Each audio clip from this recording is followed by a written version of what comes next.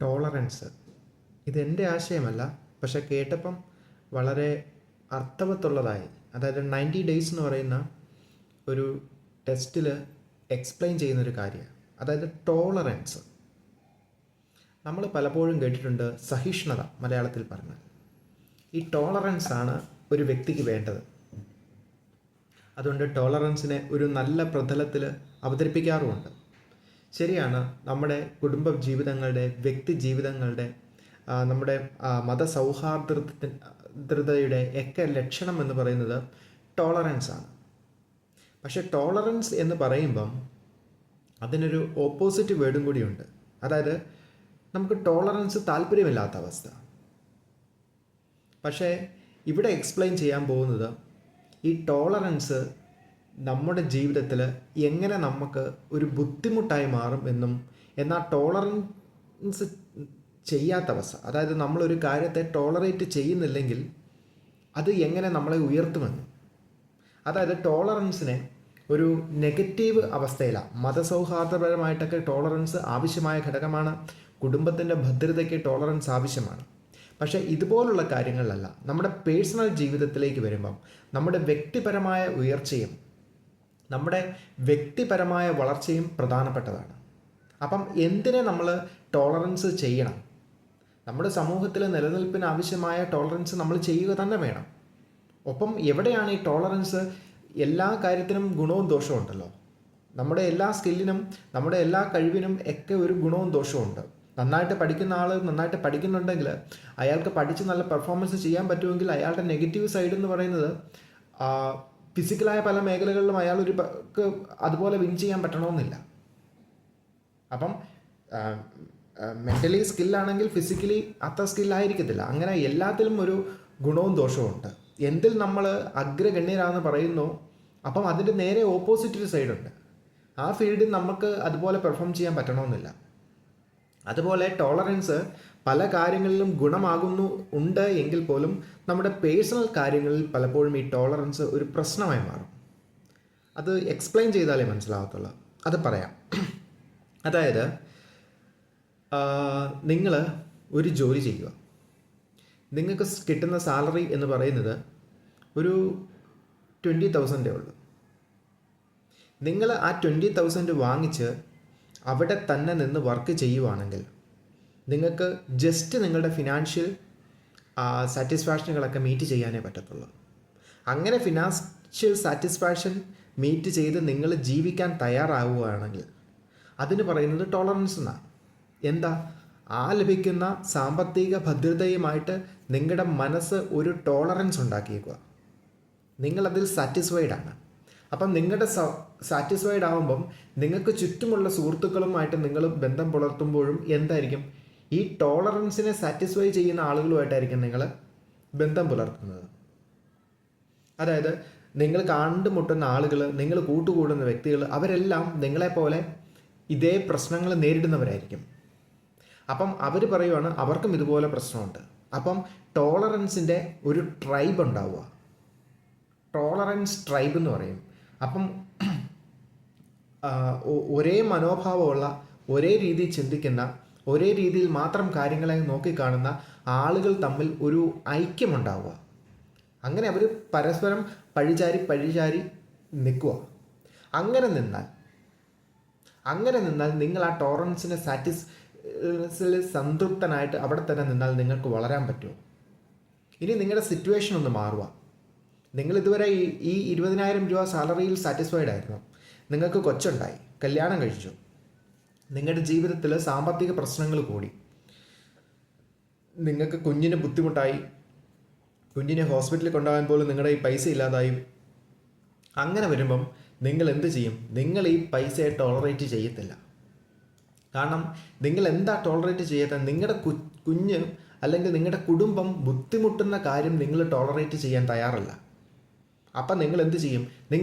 എന്ത് റിസ്ക് കൊടുക്കും? കാരണം 20,000 രൂപ കൊണ്ട് നിങ്ങളുടെ കാര്യം നടക്കാൻ പറ്റത്തില്ലെന്ന് നിങ്ങൾക്ക് പൂർണ്ണമായി മനസ്സിലായ സ്ഥിതിക്ക് നിങ്ങൾ അതിന് മേളിലേക്കുള്ള പൈസ ഉണ്ടാക്കാനുള്ള ശ്രമങ്ങളിലേക്ക് ചാടിക്കിടക്കും.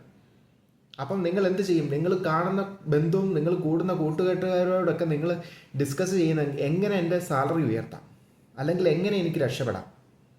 എൻ്റെ ഉയർന്ന സാലറി വാങ്ങുകയും ഉയർന്ന ജീവിത നിലവാരത്തിൽ ജീവിക്കുകയും ചെയ്യുന്ന ആ വ്യക്തികളുമായിട്ട് നിങ്ങൾ കോൺടാക്റ്റ് ആകാൻ ശ്രമിക്കും. എന്നിട്ട് അവരിൽ നിന്ന് ആശയങ്ങൾ തേടും. അവർ കാണിച്ചു തരുന്ന വഴി കൂടി എന്ത് റിസ്ക് എടുത്ത് നിങ്ങൾ പോകും. കാരണം എന്താ, നിങ്ങളുടെ കുടുംബവും നിങ്ങളുടെ കുഞ്ഞും ബുദ്ധിമുട്ടുക എന്ന് പറയുന്ന ആ കാര്യമായിട്ട് ടോളറേറ്റ് ചെയ്യാൻ നിങ്ങൾ തയ്യാറല്ല. പിടികിട്ടിയോ? ഇത് തന്നെയാണ് എല്ലാത്തിലും.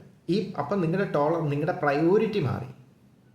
നിങ്ങൾ ടോളറേറ്റ് ചെയ്യാൻ ഇവിടെ തയ്യാറല്ല. അതാണ് നിങ്ങൾക്ക് സക്സസ് ഉണ്ടാക്കാൻ പോകുന്നത്.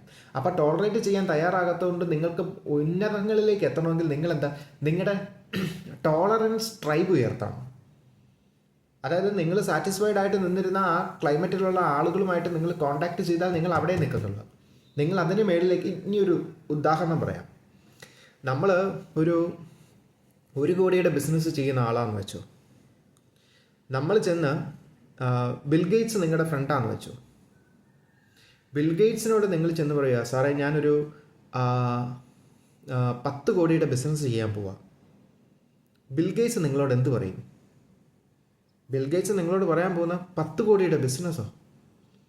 എന്തിനാ അത് ചെയ്യുന്നത്? ആ ബിസിനസ് തുടങ്ങരുത്, അതിൻ്റെ ആവശ്യമില്ല. കാരണം 10 കോടി എന്ന് പറയുന്നത് ഒന്നുമില്ല. നിങ്ങളൊരു 100 കോടിയെങ്കിലും വേണം. കാരണം 1000 ബില്യണും 100 ബില്യണും ബിസിനസ് നടത്തുന്ന ആളാണ് ബിൽഗേറ്റ്സ്. അയാളോട് മുമ്പിൽ ചെന്ന് നമ്മൾ 10 കോടിയുടെ ബിസിനസ്സിനെ കുറിച്ച് സംസാരിച്ച പുള്ളി പറയും 1 ബില്യണെങ്കിലും മിനിമം വേണം.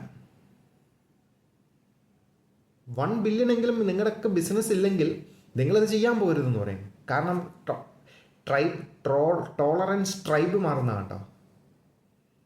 അപ്പം നിങ്ങൾക്ക് ടെൻഷനായി, നെർവസായി. കാരണം നിങ്ങൾ ചെയ്യുന്ന ഒന്നുമല്ലെന്ന് നിങ്ങൾക്ക് മനസ്സിലായി. നിങ്ങൾ ബിൽഗേറ്റ്സിൻ്റെ മുമ്പിൽ ചെന്ന് നിൽക്കുമ്പോൾ നിങ്ങളൊന്നുമല്ല.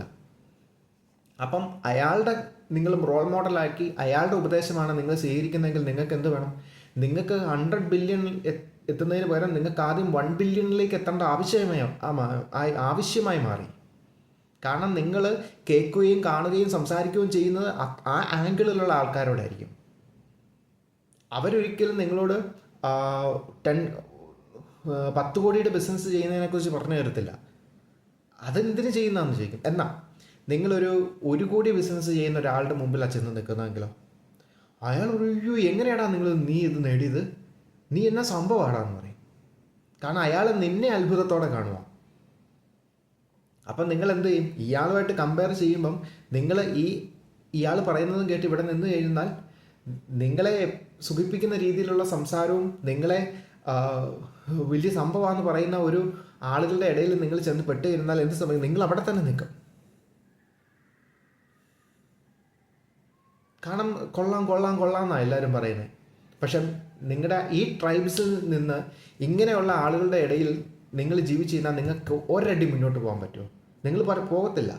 കാരണം എന്ന് പറഞ്ഞാൽ നിങ്ങൾ ആ കാര്യമായിട്ട് ടോളറേറ്റ് ചെയ്യുക. അവരുടെ വെച്ച് നിങ്ങൾ കമ്പയർ ചെയ്യുമ്പോൾ നിങ്ങൾ വലുതാണ്. പക്ഷേ നിങ്ങളെക്കാൾ ഉയർന്നവനോടും നിങ്ങൾ കമ്പയർ ചെയ്യുമ്പോഴോ നിങ്ങളൊന്നുമല്ല. ഇനി വലിയവനുമായിട്ട് കമ്പയർ ചെയ്തില്ലെങ്കിൽ നിങ്ങൾ എവിടെയെങ്കിലും എത്തുമോ? ഇല്ല. അയാൾ ചെയ്യുന്ന ഒരു കാരണം 10 കോടിയിൽ എത്താനുള്ള കഴിവേ നിങ്ങൾ നിങ്ങളുടെ സ്വഭാവത്തിൽ ഇതുവരെ ആർജിച്ചെടുത്തിട്ടുള്ളത്. 100 കോടിയിലേക്ക് കടക്കണമെങ്കിൽ അല്ലെങ്കിൽ 1 ബില്യണിലേക്ക് കടക്കണമെങ്കിൽ നിങ്ങൾ അയാളുടെ പാറ്റേൺ കോപ്പി ചെയ്യേണ്ടി വരും. അല്ലെങ്കിൽ അയാളുടെ ഒരു പെർസെപ്ഷൻ നിങ്ങൾക്ക് ഫോളോ ചെയ്യേണ്ടി വരും. അല്ലെങ്കിൽ അയാളുമായിട്ട് കമ്പയർ ചെയ്ത് നിങ്ങളുടെ ഇൻറ്റേർണൽ ഇമോഷണലിൽ ഉയരണം എന്ന ചിന്ത ഉണ്ടാക്കിയാൽ മാത്രമേ നിങ്ങൾക്ക് അവിടെ എത്താൻ പറ്റത്തുള്ളൂ.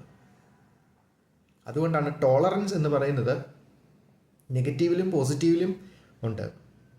മതപരം, കുടുംബം, ഇതുപോലുള്ള കാര്യങ്ങളിൽ ടോളറൻസ് പ്രധാനപ്പെട്ടതാണെങ്കിൽ നമ്മുടെ പേഴ്സണൽ ഇമ്പ്രൂവ്മെൻറ്റിന്, നമ്മുടെ സാമ്പത്തിക വളർച്ചയ്ക്ക്, നാം എന്ന നിലയിലുള്ള നമ്മുടെ ഉയർച്ചയ്ക്ക് ഈ ടോളറൻസ് എന്നും ദോഷമാണ്. കാരണം നമ്മളെ ഉയരാൻ അനുവദിക്കത്തില്ല. അപ്പം നീ ടോളറേറ്റ് ചെയ്യാത്തതേ നിനക്ക് നേടാൻ പറ്റത്തുള്ളൂ. നിൻ്റെ ഇന്നത്തെ സാലറി ആയിട്ട് നീ ടോളറേറ്റ് ചെയ്താൽ നീ അവിടെ തന്നെ ഇരിക്കും. നീ എന്ത് ടോളറേറ്റ് ചെയ്യുന്നില്ല. അപ്പം നീ ചെയ്യുന്ന അതേ കാര്യം ടോളറേറ്റ് ചെയ്യാത്തവരുടെ ഒരു കൂട്ടുകെട്ടും നിനക്കുണ്ടാക്കേണ്ടി വരും.